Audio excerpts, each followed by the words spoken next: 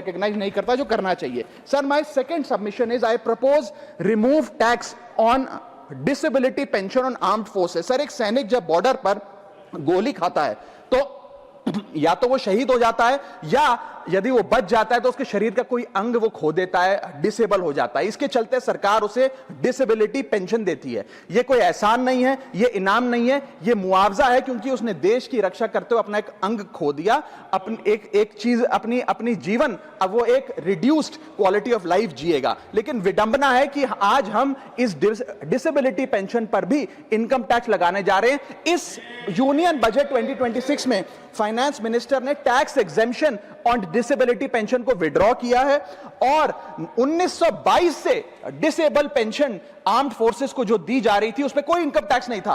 पहली बार 1922 से लेकर आज तक कोई इनकम टैक्स नहीं लगा, लेकिन अब हम उस पर इनकम टैक्स लगाने जा रहे हैं, जो कि ठीक नहीं है। मैं आपको एक उदाहरण के माध्यम से समझाना चाहूंगा। एक सोल्जर जो 20 साल का जब था, उसने भारतीय फौज को ज्वाइन किया।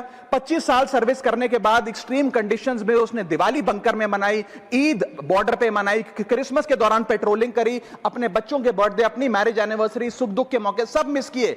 लेकिन उसने अपने सैक्रिफाइस को कभी टैक्स स्लैब और टैक्स एग्जेम्पशन के चश्मे से नहीं देखा। लेकिन जब ऑपरेशन के दौरान किसी इंजरी के चलते वो अपना कोई अंग खो देता है और मेडिकल बोर्ड उसे 40 से 50% डिसेबल घोषित कर देती है, तो उसके पास दो चॉइसेस होती हैं। या तो वो सर्विस छोड़ दे और पेंशन लेने शुरू लग जाए। अगर सर्विस छोड़ के वो पेंशन लेने लग जाता है तो उसकी पेंशन एग्जेम्प्ट है। लेकिन अगर वो सर्विस नहीं छोड़कर अपनी पूरी टेन्योर काम करता है, अपाहिज होने के बाद, डिसेबल होने के बावजूद भारत माता की सेवा में कार्यरत रहता है, तो उसको डिसेबिलिटी पेंशन जब मिलती है रिटायरमेंट के उपरांत, तो उस पर इनकम टैक्स इस अमेंडमेंट के द्वारा लगाया जा रहा है। सर, ये करके हम एक प्रकार से दो category of wounded soldiers create कर रहे हैं, जिसमें दर्द सहकर जो फौजी ज्यादा काम करता है उससे ज्यादा टैक्स लिया जाएगा। हम अननोइंगली पनिश कर रहे हैं सैनिकों को घायल होने के बाद जो काम करते हैं। So we are penalising courage, we are taxing endurance.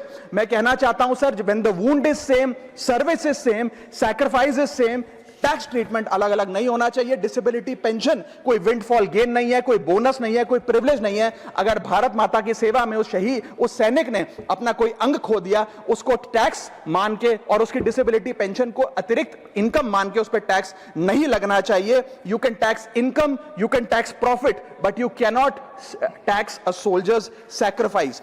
Sir, मैं बस यही कहना चाहूंगा कि एक ग्रेटफुल नेशन एक हाथ से सोल्जर को सल्यूट और दूसरे हाथ से इनकम टैक्स का नोटिस नहीं दे सकता। इसे